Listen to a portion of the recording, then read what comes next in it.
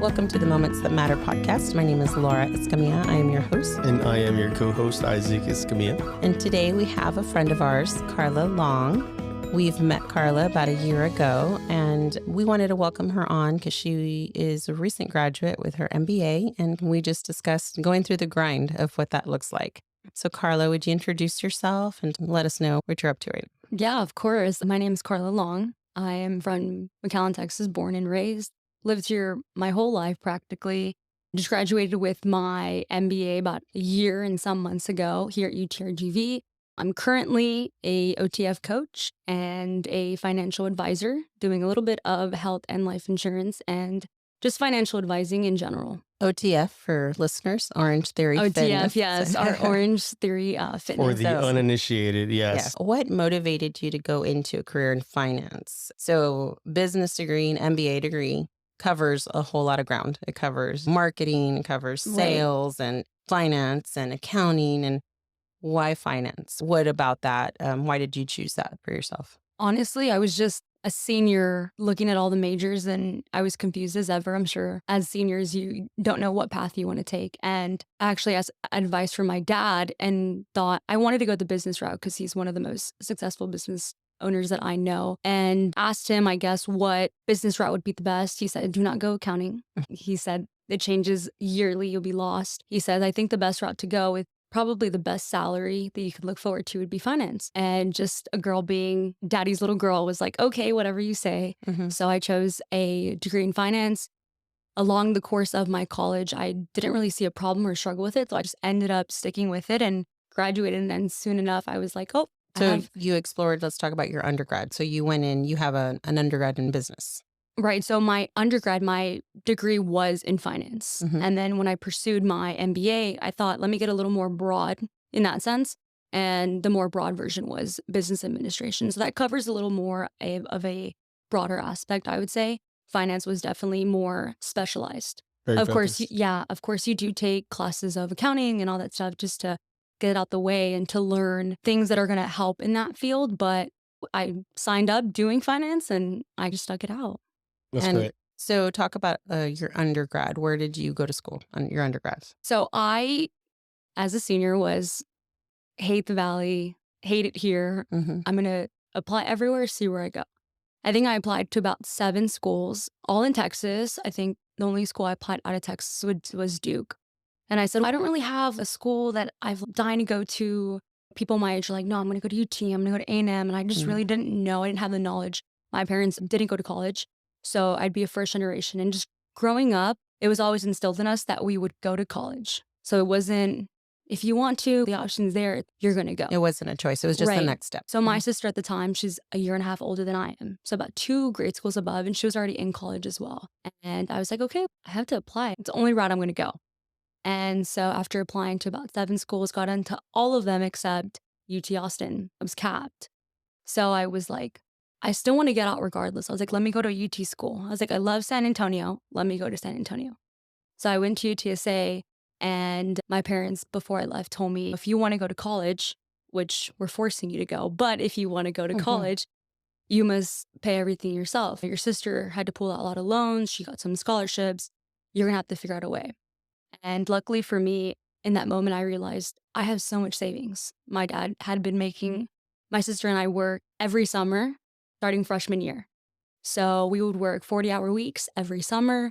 So as soon as you could work, you did. Right. So as soon as I finished freshman year of high school, he put us to work. It wasn't crazy work, but he wanted to show us the value of a dollar and just structure in general. So by the time I was ready to go to UTSA, I had about over 10K in my bank account without knowing it. I'm just a hoarder like that. So it makes sense now that I'm a financial advisor. It does. Yeah. And so I said, I can do this. I can do this. I can pay my apartment. I can pay my school. And if I can't afford it, I can pull out loans. No big deal. I was very not in a good place when I was here as a senior. I was just like, I was dying to just go out regardless. I was going to make it work in whatever means possible. I ended up paying my apartment pretty much the whole year in advance, out of pocket, my own money, pretty much drained my savings doing that. And I had to pull out a loan for UTSA school. And about midway through my first semester, so I wasn't even in college for about 2-3 months, And my dad would go visit me because we were the best of friends. And he would go visit me and he's like, I think your mom and I are planning to get a divorce. And I can't say I was shocked because this should have happened a long time ago, but I was actually shocked that they were pulling the trigger. And my first instinct was my little siblings. They're in middle school. How is this going to go down? And so I would talk to them and I would talk to them and they were just crying every day, just horrible. And my parents were just not getting along. And it was just hard to see in a different city my siblings going through that. Of course. I was like, I need to take matters into my own hands because they're obviously not being adults in this situation. And my siblings are going to grow up, you know, seeing all this, right? And not guided. I was like, this is so much more important. I finished out my semester at UTSA, took a little vacation with my sister at the time. She was going through a breakup and our parents divorced. We're just like, let's get out of here for a week or so. And came back, enrolled in UTRGV. And I was like, I'm going to stick it out here for about half a year, a semester, help out my siblings as best as I can and my family because they had been married for over 20 years at this time. Wow. So it was going to be a huge adjustment. And I was like, I'll just stick it out here for about half a year and make sure my siblings are good. And I'll just go back.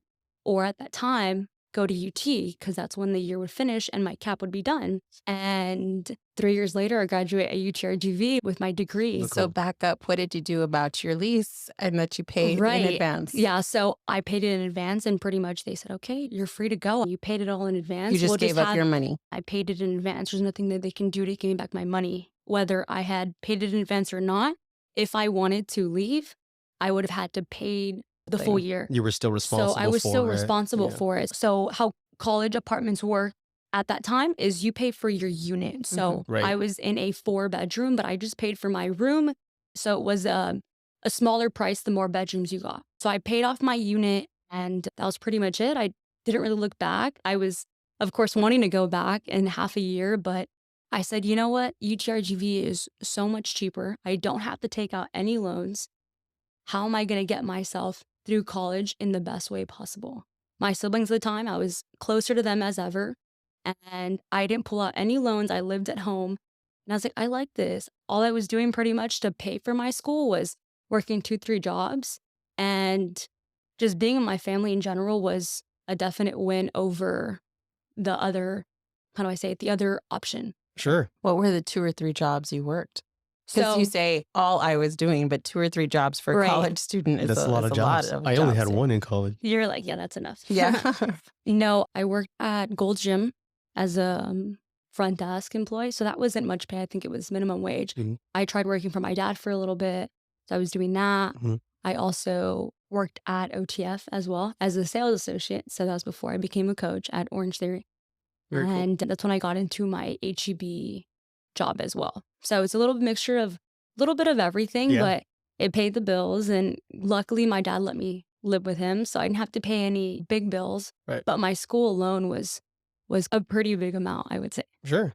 I get that. So- I got to say it was very responsible. I don't know if responsible really encapsulated, but to make that decision for yourself to come back for your family. It was that's considerate because I Right. cannot incredibly considerate. imagine my son who is in second year of college deciding there's something he needs to come home for Yeah. to be here. So that was very mature of you to have that Definitely. foresight of what your siblings were going to go Absolutely. through. Yeah. But Yeah. then again, he doesn't have any younger siblings, so maybe he would have made a different choice. Yeah, Right. I would definitely feel guilty if I hadn't made that decision. I couldn't continue my college experience knowing that they're crying at home. Of course. And my older sister in college, no shame to her, but she was living her best life. And she wasn't really close, I would say, to my parents as much. She was just like, the further away I am, the less I have to deal with it. Sure. And I was like, I don't see it like that because I would understand if it was just my 2 parents that were, going at it or whatever. But these kids in middle school, Yeah. crying and calling me like Middle school's rough as it is. Right. I wouldn't be able to enjoy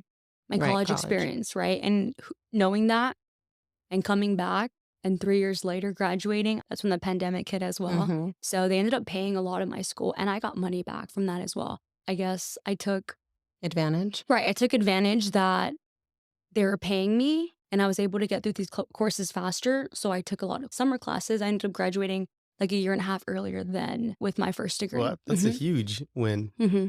So cool. can you walk us through the application process for your MBA? And once you make that next step, it's not as easy from undergrad to getting into a master's program. That's a little more challenging. You have to have the grades, you have to have all of the things line up and decide what you want to do if you want to continue with business or what have you. So walk us through what happened after that. So I actually had no idea that I wanted to even get my master's. It was December, I'd graduated my undergrad, and I remember sitting in my ceremony for my undergrad, for my first degree, and the guy next to me was saying, "Oh, did you hear about the program? You can get it done." And he was exaggerating, but he made it seem like you can get this master's in half a year. I was like, "No way." You should look into it. The application process is still open. And I said, okay. So then it lingered in the back of my mind. I remember going to the brunch after my ceremony and telling my dad, hey, I think there might be an opportunity for me to do my master's. And at the time, my dad was like, just satisfied that I got my degree because he didn't, my mom didn't at this time. And he was just like, look into it. You see what you want to do. And so I remember I look into it, and sure enough, it was still open for January, right? So for January courses. And I said, well, let me apply. I don't lose anything applying. And they had all my courses, all my transcripts, everything like that. And I said, you know what? I'll take it as a sign. If I get in, I'll do it. If I don't get in or they defer me for about half a year, I'll just wait it out. Because my original plan was I do want to get my master's, but I want to take a 1-year break minimum.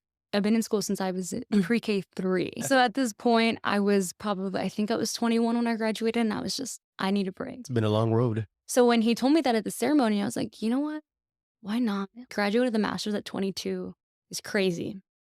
So I looked into it, of course, and I applied. And sure enough, I hear back. And you got admitted, you must register for classes by this day. And I'm like, the course is starting in 3 weeks. Like I had no breaks. I ended up taking a couple vacations. Quick ones. During the 3 week. Yeah, during the Christmas season, I guess, the New Year season. And there I was. And I was like, how am I going to pay for this? Because the semesters are mini masters. That's so right. if you They're do shorter. if you do this 1-year program, you have 6-week courses, right? So in this January to May period, you have 2 semesters, right? And not only do the classes go fast, you got to pay Before. every 6 weeks as well. Yeah. And each semester was going to be $3-4 grand.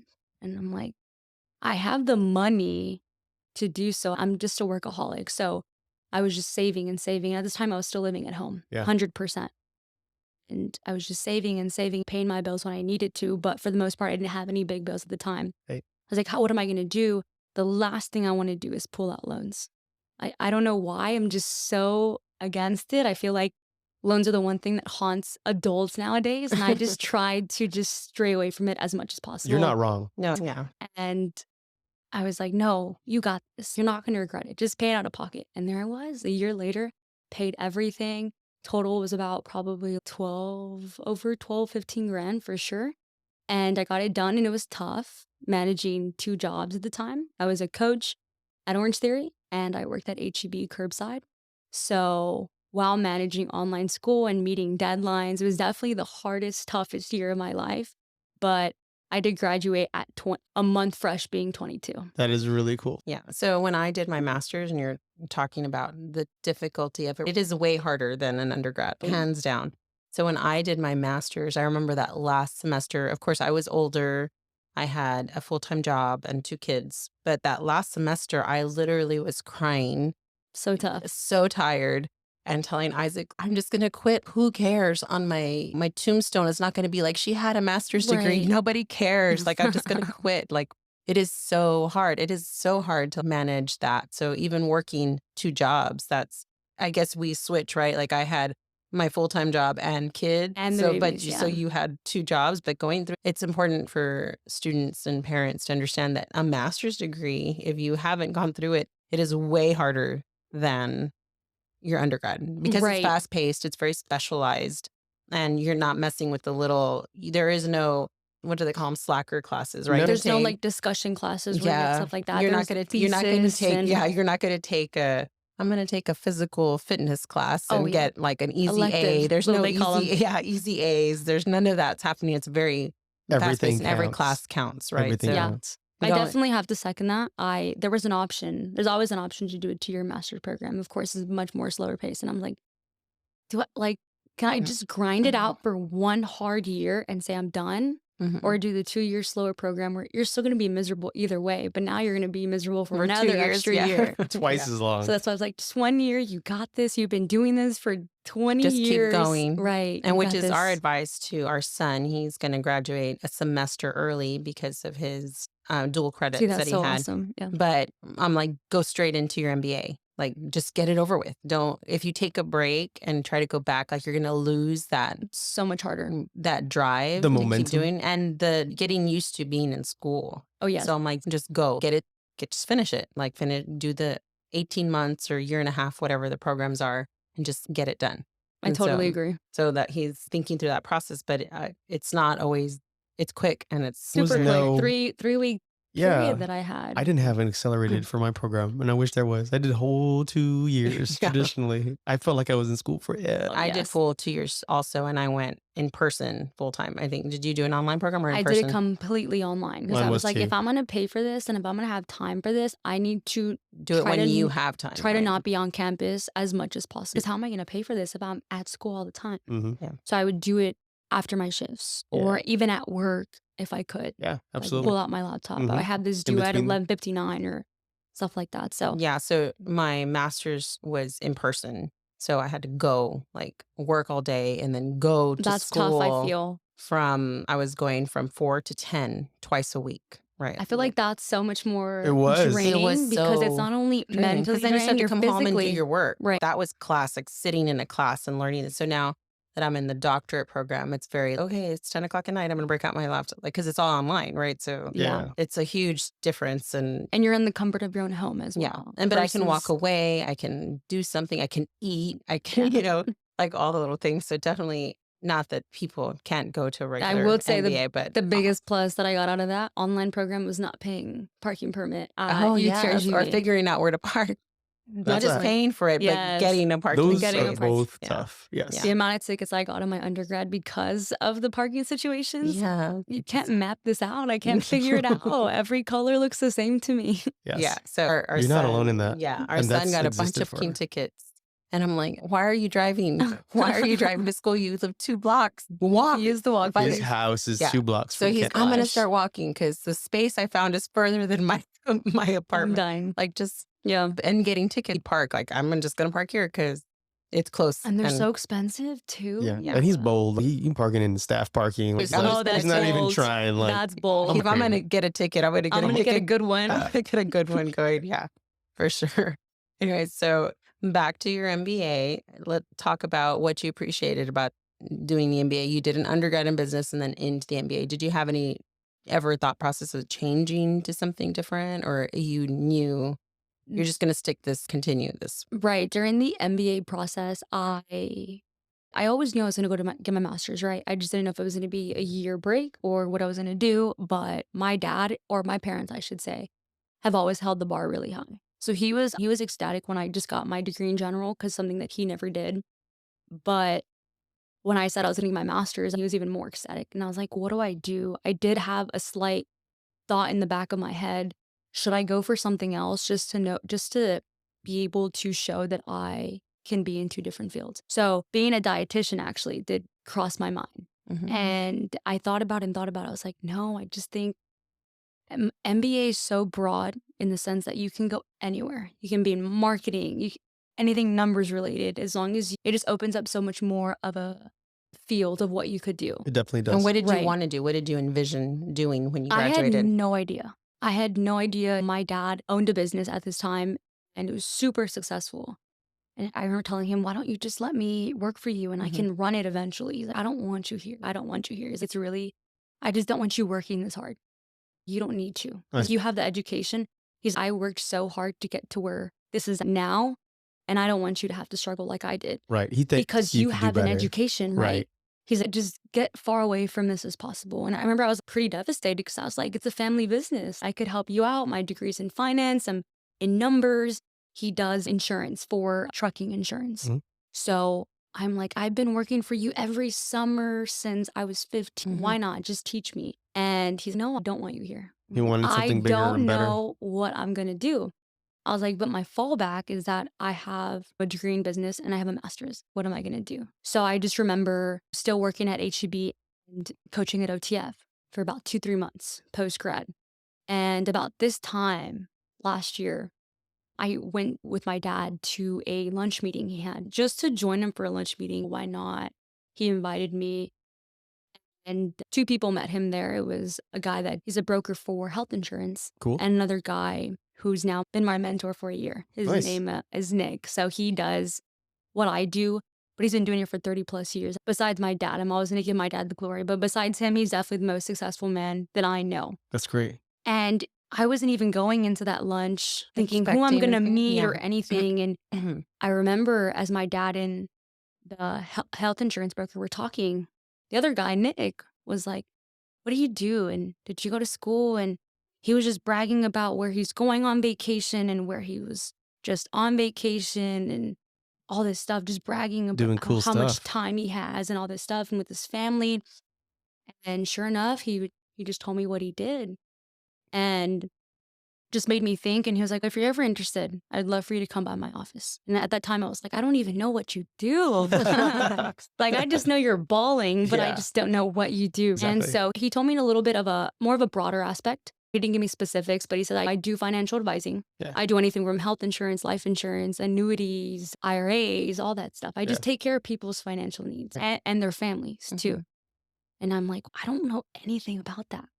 Where am I even going to get started? Because you can go 2 routes if you want to do this.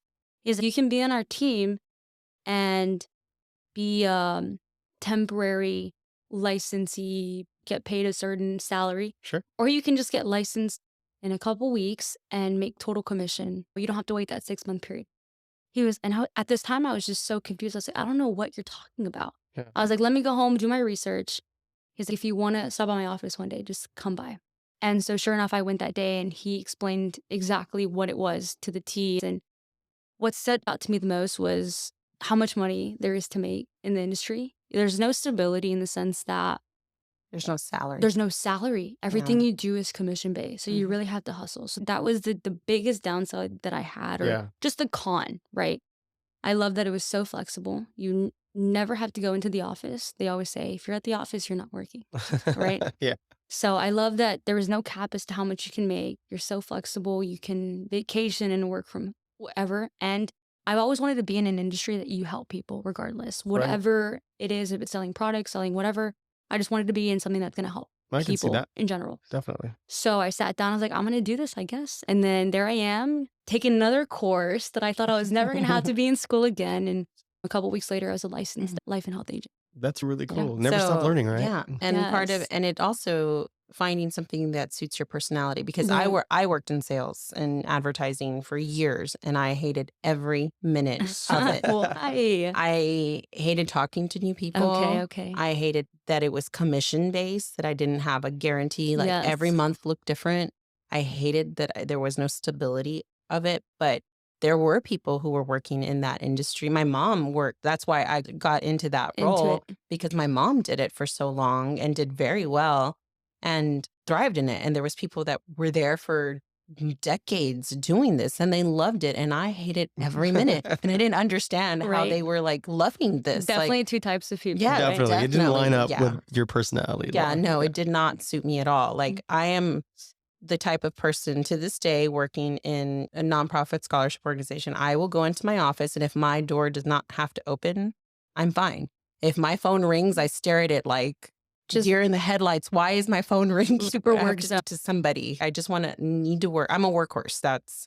I am the workhorse. I don't need to talk to people. I don't need to meet people. I don't need to do any of that stuff to be fulfilled. Like where Isaac would hate sitting I around. would Yeah. hate as well, Isaac. Yeah. I didn't know what I wanted to do, but I was Right. like, I am not You're a an people 8 person. to 5 girly. Yeah. Yes. And you, on the other hand, No, you're like, I- stick me in an office and Stick I'm me good. in an office and I will eat lunch at my desk. And Yes. I don't even have to leave for lunch. Like just, No, I'm fine. I would I'm be so totally fine. miserable. I'm like, get me out of this. Yeah. cave. Yes. What do you need me to do Yeah, to so it's make money? definitely- Yes. You have to know the type of person that you are to do that. And the same thing, like my next question would be how important networking is, right? To do that. And I meet a lot of wonderful people in my industry and I meet a lot of school representatives. I meet tons of great people.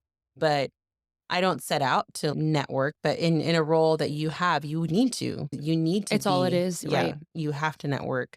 And how was that for you? You do that naturally, or does that feel It's definitely awkward and uncomfortable. I hate the people that would approach me and try to sell something. Sure. Mhm. So I'm like, how am I going to navigate this? And I realized I have such an advantage than other people because we live in such a small geographically like placed area. Sure. I said if I was doing this in San Antonio or in a bigger city, it'd be so much more difficult because you can reach a bigger population, but not everybody knows everybody. Right. I'm like, here, everybody knows everybody. That is true. And that's why also I haven't let go of my Orange Theory job. I love you guys, but it is time consuming, but I do it because of the clientele that I could reach there. Sure. That's mostly where I've probably met 75 or 80% of my clients. It's great. It's just there. And it's also not just trying to sell them just this little knickknack. It's, hey, this is going to better your life. So it's Right. definitely out of my comfort zone. I think when I first started, I was like, let me practice a little bit. So I targeted for sure my family. I made sure all their needs were met. Are you taken care of in this aspect?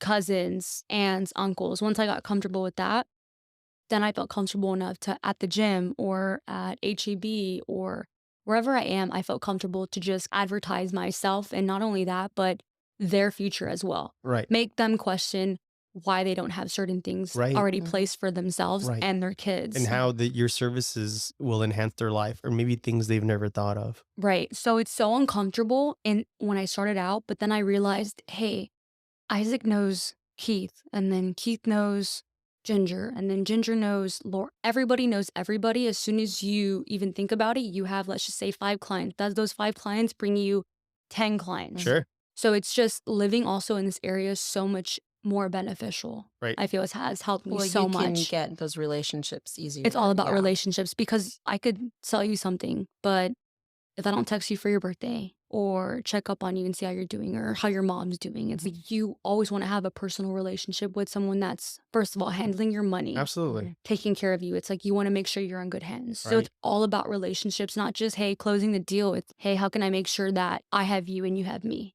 in that Right. aspect? That's And really, really thinking great. of what you do, this is a total one off from the podcast, probably. But Mhm. today I had a fundraiser and we had an author. Her name is Nora McInerney. And she, at today's presentation, talked about she lost her husband when he was 31. And somebody asked her, who happened to work for a financial institution, Oh, wow. what advice you would give to people, because she did talk about how she didn't know how much a funeral cost and she Right. didn't know how to pay for it. Oh, yes. And they did a community fundraiser to help her pay for it because now there's a house to pay for. Now there's things that 100%. they hadn't thought about that stuff, or she hadn't, because she thought, well, I'm worthy. That's Like, so what do you, relatable. Mhm. the financial representative got up and asked her, what advice would you give somebody? She said, I would say, make sure you have all your life insurance, your Yep. extra coverage, your cancer insurance, all of these All of that. things. She goes, that you don't think of. She said, we were like, oh, it's $3 more. No way, that's a coffee. And $3 more would have saved me so much. Oh, yes. So in relation to what you're talking about, we do that with Isaac's work. I think we check the box for everything. Like, oh, it's Make $2, sure all it's the $5, benefits, right. everything. Because in those situations, she also recommended, which I did not even think of, the second you get married, to have your power of attorney, because she didn't know any of these things. Because when her husband died, they'd only been married 3 years. Like, they hadn't I mean, worked they out. were early 30s. Right. They weren't preparing No, for Yeah, this just sort of getting stuff. started. But So she says, now I tell people, she goes, yes, it's morbid. Yes, it's totally weird, but morbid. But that's what I tell people. Like, if I meet somebody who's engaged, get married, she's, oh, you know what you should really think of Hmm. instead of a wedding? Like, who is your power of attorney? And what Right. are your, Make sure you're covered You're- on all angles. you have Everywhere. all your insurance and you Yeah. have all of these things covered.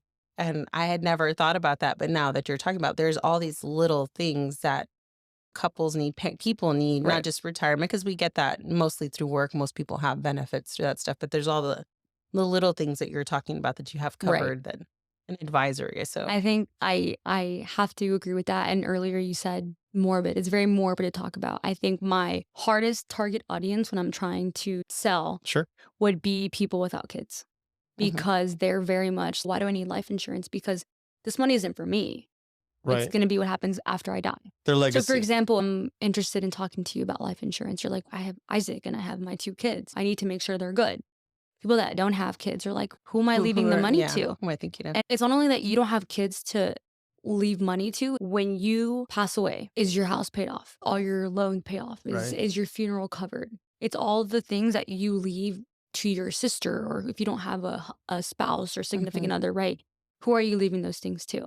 So it's definitely morbid to talk about, but when you put things into perspective, I know you personally don't care what happens after you die because That who you're leaving behind. it's who you're leaving behind, and do you want them to struggle? And a similar vein, school loans. I am in a lot of parent threads about school loans. Do you get a private loan? Do you get the government loan?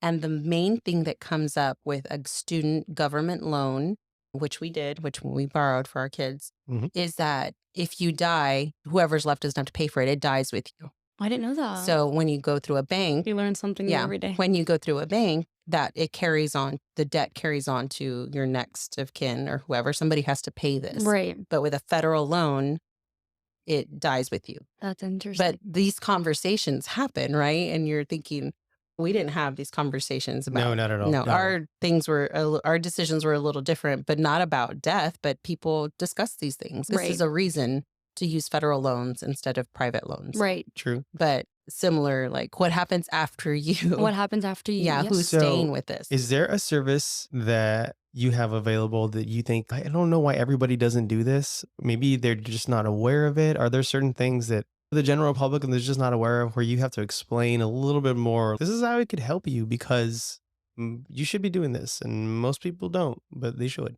I feel like there's so many products that people don't know about that I've gotten myself Mhm. at 24 years of age that Right. probably you're like, why are you doing that at your age? But so much more beneficial. Of course, there's that cancer insurance talked about. But Right. I think the most, I guess I could say, if I could pinpoint one, Sure. it would definitely be that funeral expense one. Like Okay. we call it a final expense Right. product. So that final expense product, you could get it for any specific dollar amount you want. You say 10,000, 12,000, right? That's what you're insuring. But you pay, at your age, you'll probably pay about $20 a month. Right. So if God forbid something happens to her in about 2 years, you have that 10, 12,000 that you only paid about what, $200? Sure. So I think it's the most beneficial because a lot of the times, and this is what normally happens, is something happens to Isaac and you go to the funeral and you're just like, how am I going to pay for this? Or someone that's not in a financially stable place. Of course. Of course. How am I going to pay for this funeral? Mhm. And they're like, the first question they ask you is, do you have any life insurances? And you're like, yeah, I have one for 100,000. And the second you give them an amount, they're going to highball you. So if you already have that separate insurance called the final expense, that funeral expense, They have to. they stay cannot touch your life insurance. They can't take any money out of that. They can only, they will work with your means. Exactly. Because You that said it. part is covered. That's a Right. good tip. That's really good to know. And Yeah. it's something we 100% are all going to need at some point. Oh, And then nobody wants to 100%. think that. Two And nobody things wants to guaranteed, talk right? about Yeah. yes, Yeah. those two things. Yeah. Absolutely. Well, that's really good. That's a great So example. you sound very passionate about it now, of going from somebody who had no clue. I wouldn't you say were I'm doing. definitely professional. It's going to take a couple more, I would say, years to be 100% comfortable in what I do. It's been less than a year, but just having my mentor alone and not even making money alone. I've had pretty good cases Great. in the year that I started, luckily. But I would say just being in his shoes and tagging along in his meetings and just seeing how he talks and just even doing my own research at home, how many products that we're able to sell, how many carriers we Right. have as well. And Just so much, yeah. And that's very important I think, in any industry, not just what you do. because Shadowing. Yeah. having a mentor, Right. somebody that professionally does what you're trying to do. Because the same thing when I started with the nonprofit, my boss at the time, I was 28 years old and she was like a baller. Like she can go into meetings and run the stuff and Yeah. had people scared. Exactly. And She's pretty amazing, She's and to this She's day good. amazing. And I looked up to her and just the way she approached people, the way she talked to people, the way she commanded attention. You can or tell a she held room. herself to a higher standard. Yeah, and Right. she held herself in a way that she didn't cower. As a woman, sometimes you're like, oh, you don't want to say something, but she didn't. She spoke what she needed to say, and people listened. And I learned a lot from that. And still to this day that I still work with her, I've been there 19 years. I can still like, oh, like I see her deal with people or situations and I'm like, yeah, Yeah. I I think am picking that up. Yes. I Okay. think what tags along with Mhm. that is that people need to be passionate in what they do. If you don't like what you do, Mm. you're more than likely won't be as successful as your full potential could give you, And right? you were definitely service oriented and you're trying to help people Right. with Service. everything. Yeah. And you have to be passionate in what you like. You know, if I woke up every day and I was like, man, I have to work today, or man, I have to do this.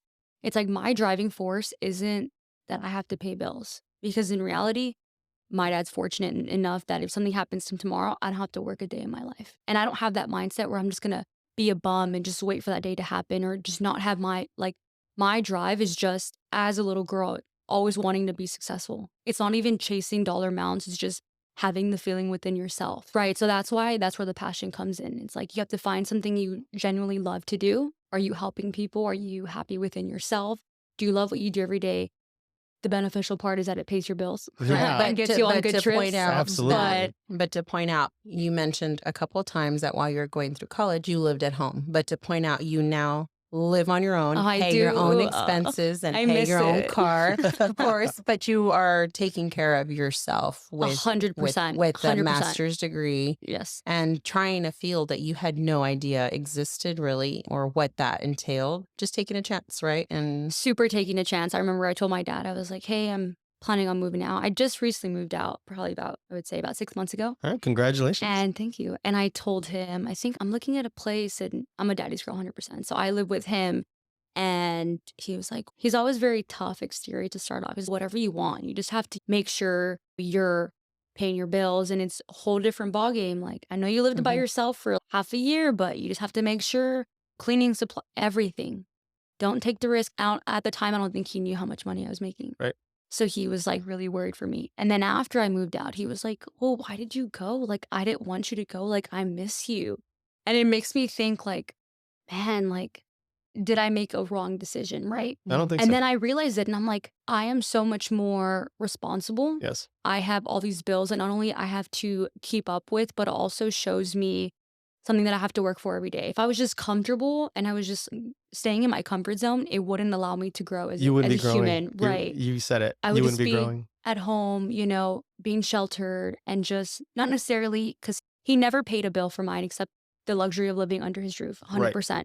But which is huge. it's huge. It's huge. Yeah. I was so Mhm. thankful for it. A lot of kids move out at 18, right?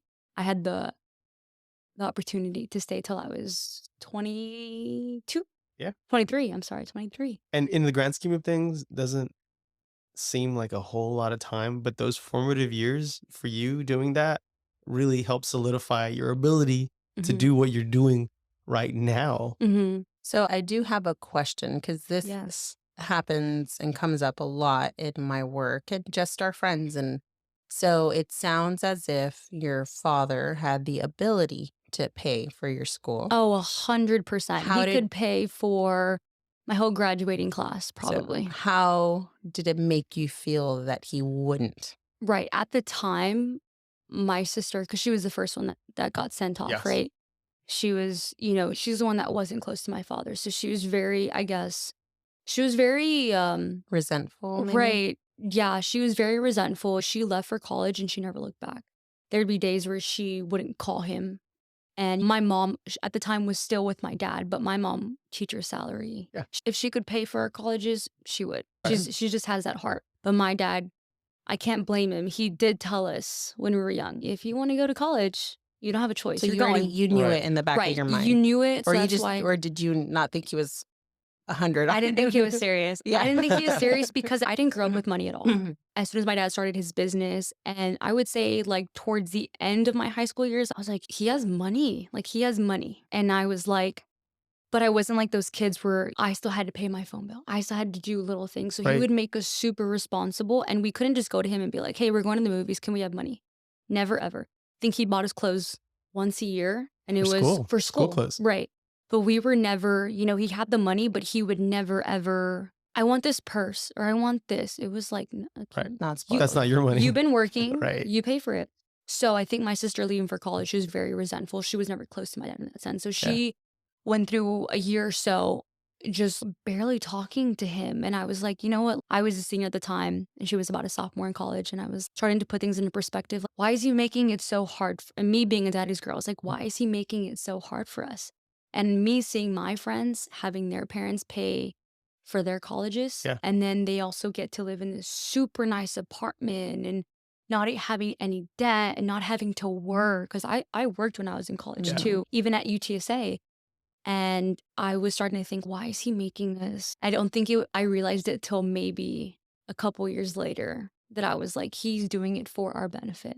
He's doing it so we could learn not only the value of a dollar, how much things are going to cost, but also teach you to work along the way so you could pay for the things you want. Yes. It's not So going to be handed to in you. retrospect, you appreciated it. Oh, Yeah. 100%. Today, I'm like, the reason I feel like I'm so good at managing money is because of you. Because Right. I look at my friends at my age now, or maybe a year or two younger than me, and they're still at their part-time jobs. It's not a bad thing. Right. But I just feel like I'm so much further at my age level now than they are. Right. And I have much more budgeting skills, or I know what to put away and certain things like that. Or is that really worth it to buy? Is that not? Could I buy something more beneficial for me? It just puts a lot of more things into Perspective is at exactly the what I was going to age say. that, maybe Mhm. other kids aren't thinking that way. They're not. They're still living, Yeah. off their parents, Right. So I definitely do That's a great appreciate lesson it. that he helped Yeah. teach you. But definitely at that young age, I was like, but why, Dad? Yeah. Like, why? You could help me. Just help me. Yeah, I'm and- feeling like I didn't challenge my own kids all Yeah. that much right now. You're making us question There- our entire there's- life. There's a But- pro and a con because Yeah. it just depends. If your kids grew up and they were just greedy little kids and dad and mom, give me this or this, the Yeah. main things that they're getting their education. And as long as they keep their heads up, I know kids that went to school and their parents paid and they just completely slacked off. And it's, hey, if I'm paying for your school, it's with the notion that you're going to focus all in. Yeah, our kid, that's their job. Like Right, that is what they're supposed to do. And they worked in school, Right. but just not big job, nothing crazy. Just what they could manage with school. Uh-huh. But one of the biggest things that our son always brings up is that in high school, his friends would get paid for good grades. Oh, they got $100 because they got A's. And I tell him, you've never given me anything. I said, but you live in our home and you golf and we buy you golf clubs. But you don't and have to we worry do about a things. You don't single have to work. You thing. don't have to do anything. Yeah. Your job is the grades. I'm not going to reward you for For doing something something that- you're supposed to be doing. Right. Right. That is your only responsibility. And if you don't do that, then all the other stuff goes away. So we had that same expectation with both our kids. And he would always like, our grades came out and my friend got this much for It's A's. just And the I comparison. I It's get the all comparison. A's and I don't get anything. I said, let's clarify because you do get your golf fees paid. You have your vehicle. You have everything stuff. you Yeah. want. All Yeah. the gear. So All the it's just gear. perspective, Right. right? What it looks like. So there's always comparison. So there's Right. always pros and cons. And I think in retrospect, I may have hoped or we should have had our kids work probably in the summers Right. and things Little like that that we part-time didn't. just so they know. But I guess. think because our kids are so far apart, we did make Skylar work because when she was home, her job in the summer was to take care of him, get him where he needs to be. And we would pay her for that. Yeah. Get That him. was her job? That was Mhm. her job. And so Okay. she did feel like she always had responsibility. But with him, not so much because he was the baby. So it was like, I think I wouldn't say go to the extremes of how I was raised, but maybe a middle ground. I would, if I had the money to pay for my kids' college, I definitely would. But I would say, hey, any spending money or going out money, if you want it, get a You- little There's- part-time yeah. gig. a happy Don't worry medium, yeah. about your living or your college in general. But if there's any extra money you want, then earn it. I think I would have that middle ground. I don't think I would go to the full extreme of, you want Whataburger, you must. Like, For You know, sure. and my dad, probably similar situation. My dad did not graduate from college. He didn't go to college ever. He's self-made and started a business and he Good. did really well for himself. Probably the most successful right. business person I had ever met. And my dad worked really hard all the time. And I Yeah. know he did that for us.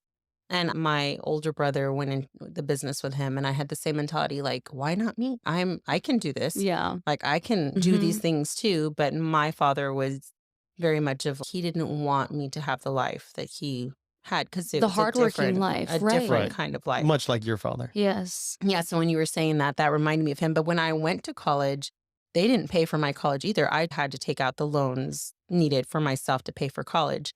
And I worked. But I knew I had them to fall back on. If anything went Yeah, and not and according. Isaac and I tell this story all the time because Isaac did not come from the same financial means. So I would work, and if he was short rent, I would give him my money so he Look could at cover rent. that. And then I would turn around and ask my dad for money and be like, Dad, I didn't have enough money this month for rent. Can you help me? And he'd be like, why not? Did you not work? Did Yeah. you not this? What did you spend it on? Da, da, da. And I'd give him a sad story. He'd send me money to help me. But Isaac didn't have that to fall back on. I was his Completely fallback. different. Yeah. So if he was short, I gave him money. I was always short. Or yeah. And if he needed never failed. Yeah. If he needed groceries, I would buy them. And we didn't live together, but I would give him money Make sure for he food. was taken care of. And then I would go home and be like, Dad, I need college. Dad, I need some money. Dad, can you help me? Yeah. And he always did. He didn't pay for my college, but I knew if I needed him, The fallback. Yeah. he was there. If I failed, he was there. And my mom too, but I had that relationship with my dad too, where he was the Mhm. one I called. And immediately I would start crying, like sad story, because I would get real emotional with him because I was It sensitive would with him. work, right? It would work. It would work. All you gotta do in front of dad is cry. I hope you're not listening to this, No. Dad. We It's don't not a do secret. that. It's No, not- but that was the nature of it. That they didn't pay for my college, but they could have. However, if I needed something, I knew that I could be there, and I knew I could move home if I needed to, and I did. Yeah. When I had Skylar, my dad was the first person. We're like, let's pack you up, let's get you home. That's what they do, but very similar That's neat, yeah. experience. Yeah. And when you were saying that, that's what it thought about. But I would bend over backwards to help my kids. I had a different mentality with my own Right. kids, like you're saying. Let's wrap this up and talk about if you could give advice to somebody who is pursuing a degree in business, what would you have done anything different? Would you have explored anything different? You didn't talk a lot about you doing internships or doing this kind of thing. Life was your lesson, like Oh, working all 100%. these jobs gave you insight to everything. So would you do something different in that? I definitely had no internships at all. I think I was just focused on working all the time. I would work for my dad. I guess that was my sort of little internship I think so. because I got a lot of business skills that I needed, or just office skills in general, or just talking to people. So I never had any internships. I feel like if I had one thing that I could maybe pick on, that's just being really picky, would be just getting more involved with school life. I was Campus never life. in any clubs, right? My focus was, at UTSA, my focus was, how am I going to make the bills? Yes. So it was survival. just so total survival mode. I wasn't able to completely just enjoy my experience for the half a year I was there. And then coming back home, I was just full on, I'm home. I'm in the valley. School was just a side thing. I wasn't total immersed in college life. So I was never interested in it. I would say if there was one thing I definitely regret, it would be probably be more interactive in school life. If there's a certain club you like, or just making more time to stay on campus to meet, To be social with people Right. your to be own. social, or even networking in general. Yeah. Because I could be putting myself out there and I never did. Right. If there was an online class, sign me up. Right. I was just so worried about getting the degree done Yeah. that it just flew past me. And I didn't get to people who are in sororities and all. And I was like, I have nothing to say that I was in, no clubs I was in, nothing. Of course, I made deans and presidents lists all the time, but that's not an organization that you're in or involved in. I wouldn't, There's no community in it. Yeah. no community. As far as my degree path, I personally wouldn't change anything. I always say, when in doubt, go business. My little sister is a senior applying for colleges right now, Great. and she's completely lost. I don't know what. She's also doing the dual enrollment, so she'll graduate as an associates as well.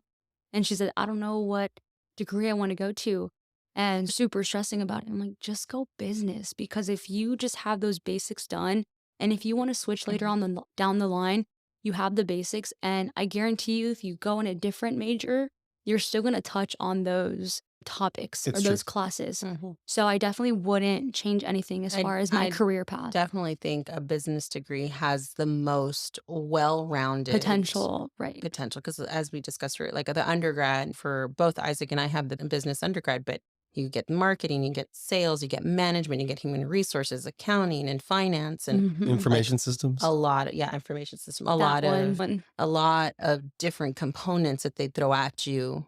And who doesn't need somebody who runs a business, right? Any company, any Right. organization, you need those skills. So That's why I I say have the it's same. the most broad, Yeah. because let's just say you go into a very specific field. It's if that career doesn't work out for you, unless you're a lawyer or a doctor, right? unless that doesn't work out with you, do you have any other skills that you learned, Transferable skills. that you learned? Because in business, you get all these people skills, you get all these Mhm. marketing skills, you get all these networking skills, you get all these even office work. So it's like All important you have, components. no matter where you end up. I mean, I ended up Mhm. as a financial advisor for now, I would say. And But you're just getting started. right, I'm just getting started. Yeah. But I would say if I were to be in what you're doing or what you're doing, it would have helped regardless. Yeah. It Like, definitely helped right. in both aspects. I'm so glad that I did that for what I'm doing now. But when I was 18, I didn't think about what I'm doing now. Oh, That was not my 100%. thought You're just process, ready. right? Let me get I just out. need Yeah. to, I want yeah, to live life. Yeah. for For Yeah. sure. But thank you, Carla, for sharing your story. It was very insightful and I think very helpful for parents who are in a similar situation who aren't sure what to do, helping their kids or not, and Right. also helping what you do after you graduate with them. Thank you guys for having Thank me. you for being here. Of We course. appreciate it. Yeah. Thanks.